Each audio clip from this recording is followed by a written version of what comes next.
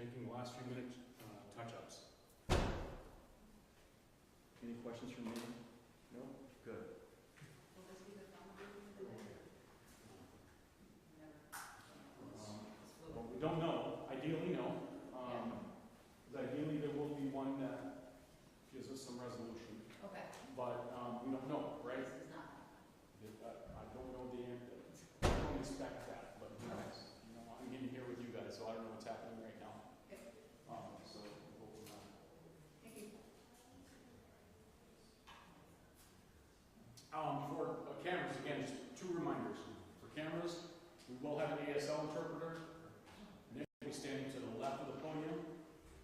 Over this way will be the commissioner, superintendent, Evan, and the mayor, and then they'll step back and move over.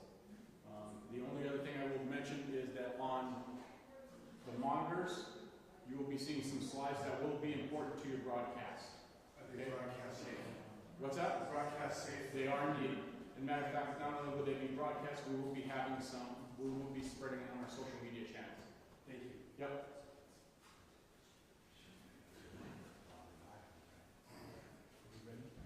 Are the slides ready?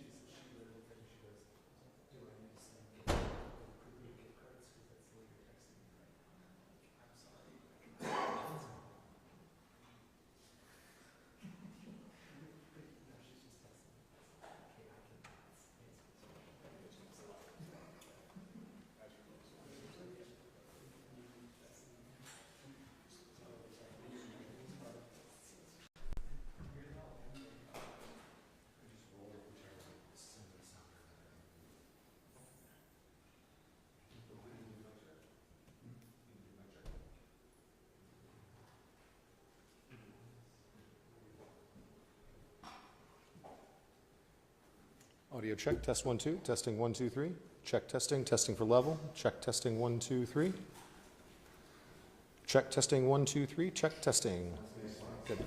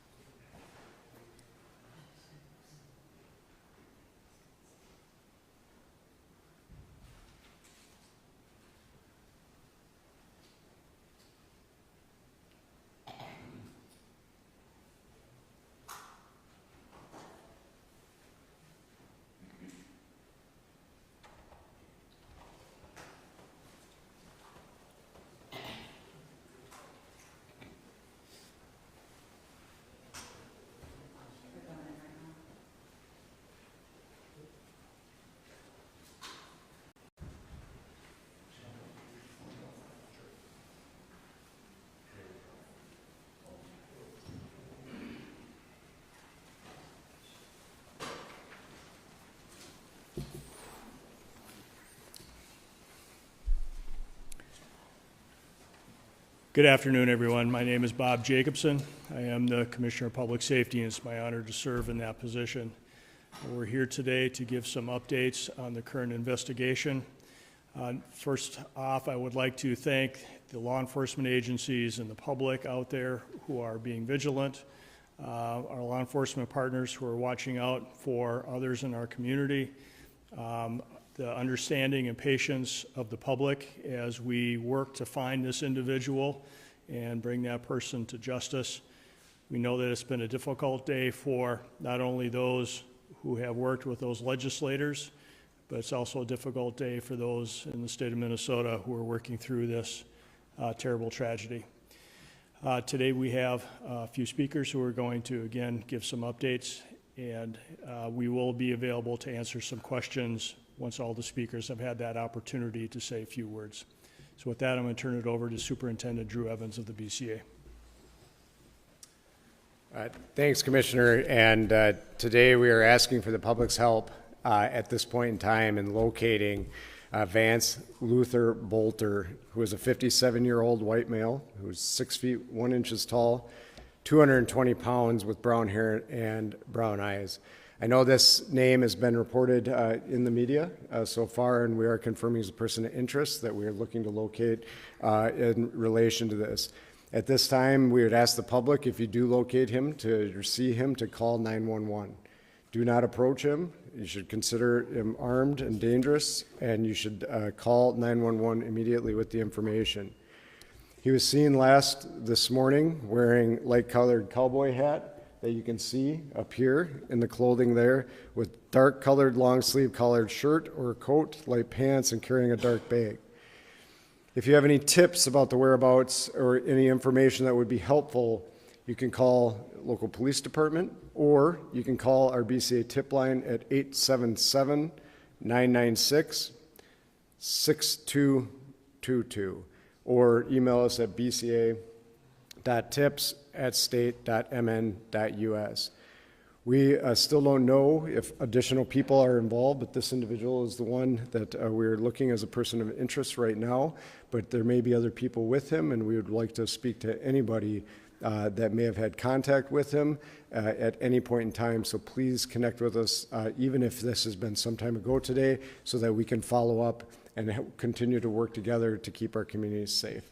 And we, as the Commissioner noted, we'll take some questions at the end. But again, we are seeking the assistance of the public in locating him. I want to continue to say, as you see, there's hundreds of law enforcement officers working on this right now for the partners that you see up here today, as well from Champlain, Brooklyn Park, the State Patrol, Hennepin County Sheriff's Office, FBI, ATF, just a myriad of partners working to try to locate this individual. And with that, I will turn it over to the mayor, and we'll answer questions at the end.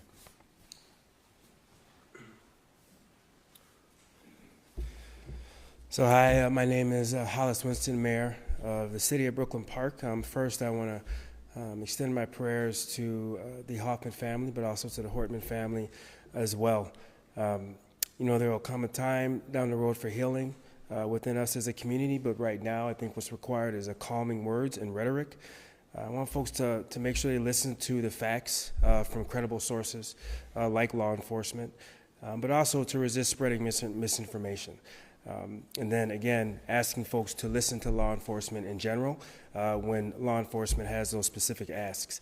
In Brooklyn Park and Champlain and our surrounding communities, in fact, the state, we're very much family. The Hoffman and Hortman families are very much our family. And so our prayers continuously go out to them. And it's very much a time for us to come together as a community and as a family. And I think people need to see it that way. I want to thank law enforcement, Governor Waltz, Commissioner Jacobson, Sheriff Witt, FBI, various counties, local law enforcement. Even with our city of Brooklyn Park, we're seeing a ton of local law enforcement and county law enforcement just supporting our city overall. And we want to thank them for doing that.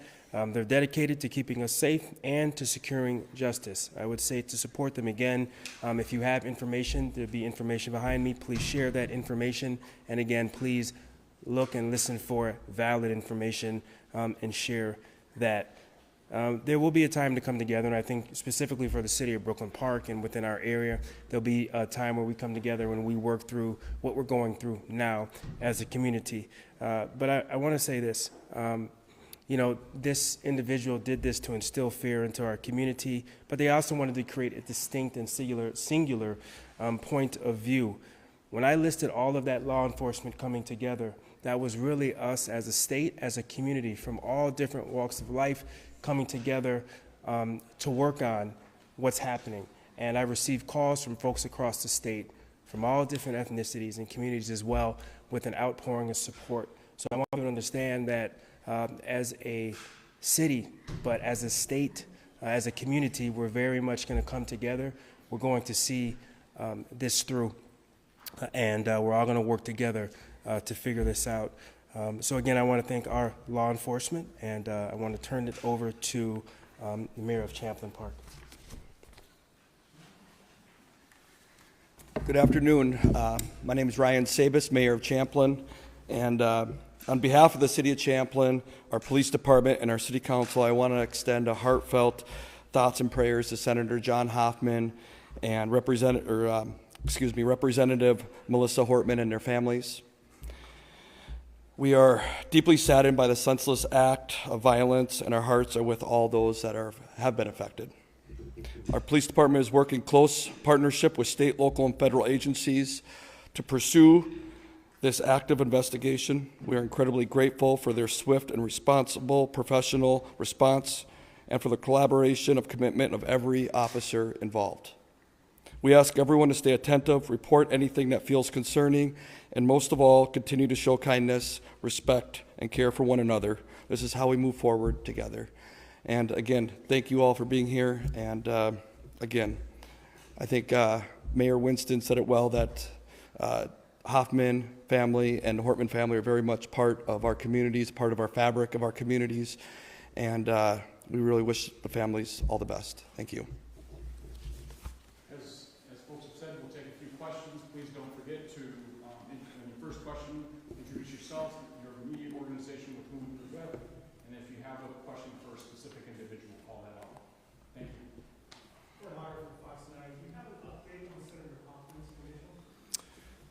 The question was, do we have an update on Senator Hoffman's condition? We don't at this time. The last information we had is that he was out of surgery and was in stable condition at that time, but that certainly experienced significant injuries, so we'll have to continue to monitor that.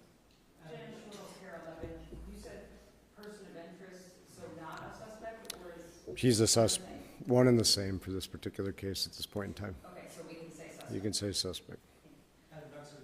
You know this guy, it was at least affiliated with some sort of security company, according to its own website, that has highly trained security individuals. Can you speak to the level of knowledge this person might have about, using a gun or, different security tactics that might separate him from a typical person walking down the street? Yes, so the question was regarding the sophistication of the individual based on reports that he owned a security company. I certainly can't get into the details of the investigation. That'll all be part of that, and we'll explore all of that.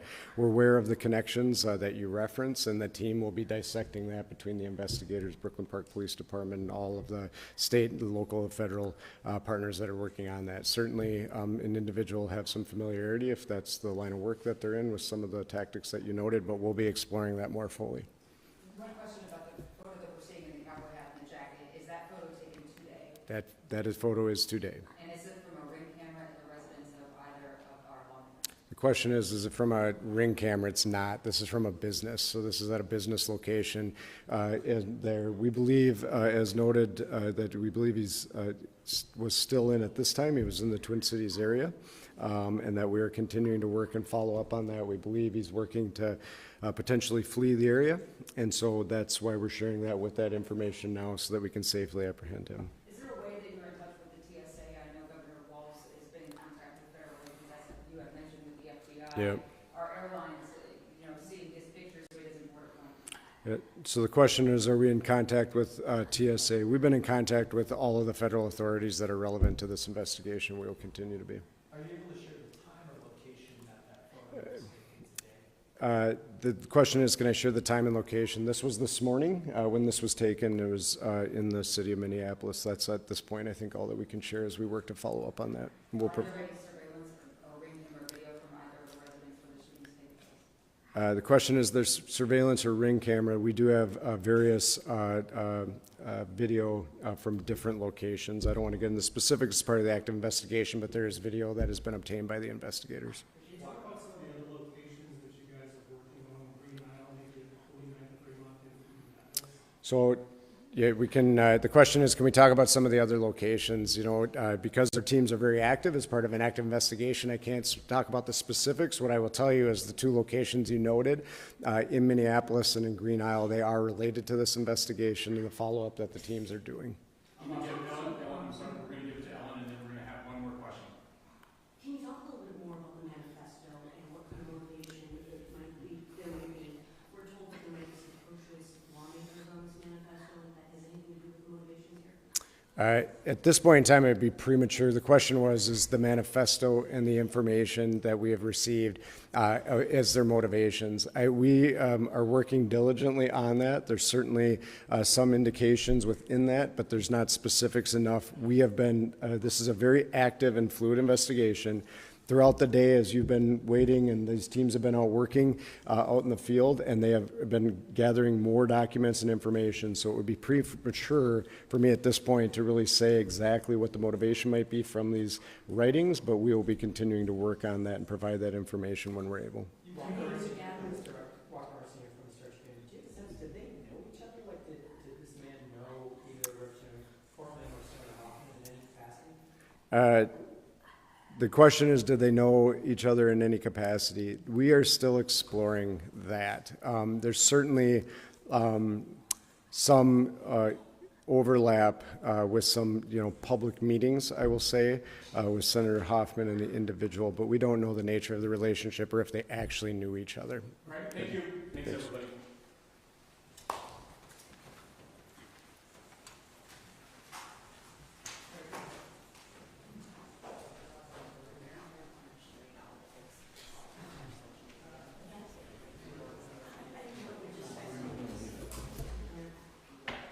Guys, we're going to leave these slides up and cycle through them for a little bit so you can get better angles on them. We're also sharing these on our social media sites.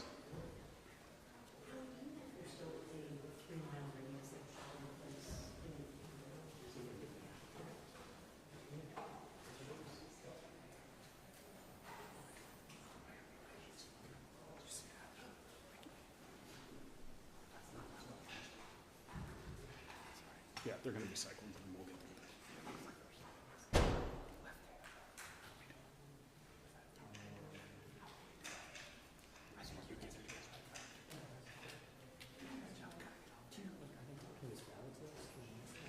You can ask her, we're not going to answer. Okay. Yeah, I mean, that would be part of an investigation. We're talking to whomever might know anything. They wouldn't be addressed, right? You could have asked it, we wouldn't have addressed it. Sure.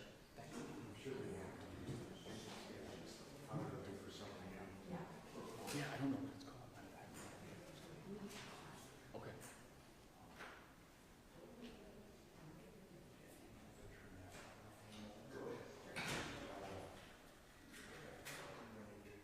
Yeah, we've been waiting for any kind of update, Brandon, for some time now, and I think it was just getting right to the right place to let us know what was going on. And as you guys admitted, we have reported, as you all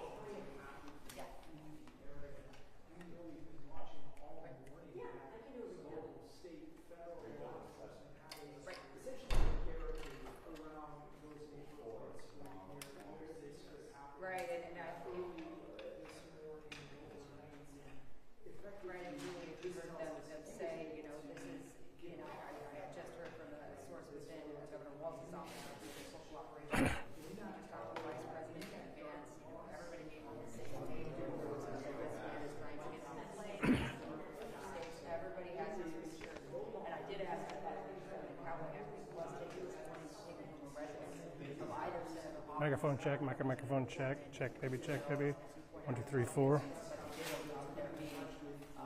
Some available video from I hear you.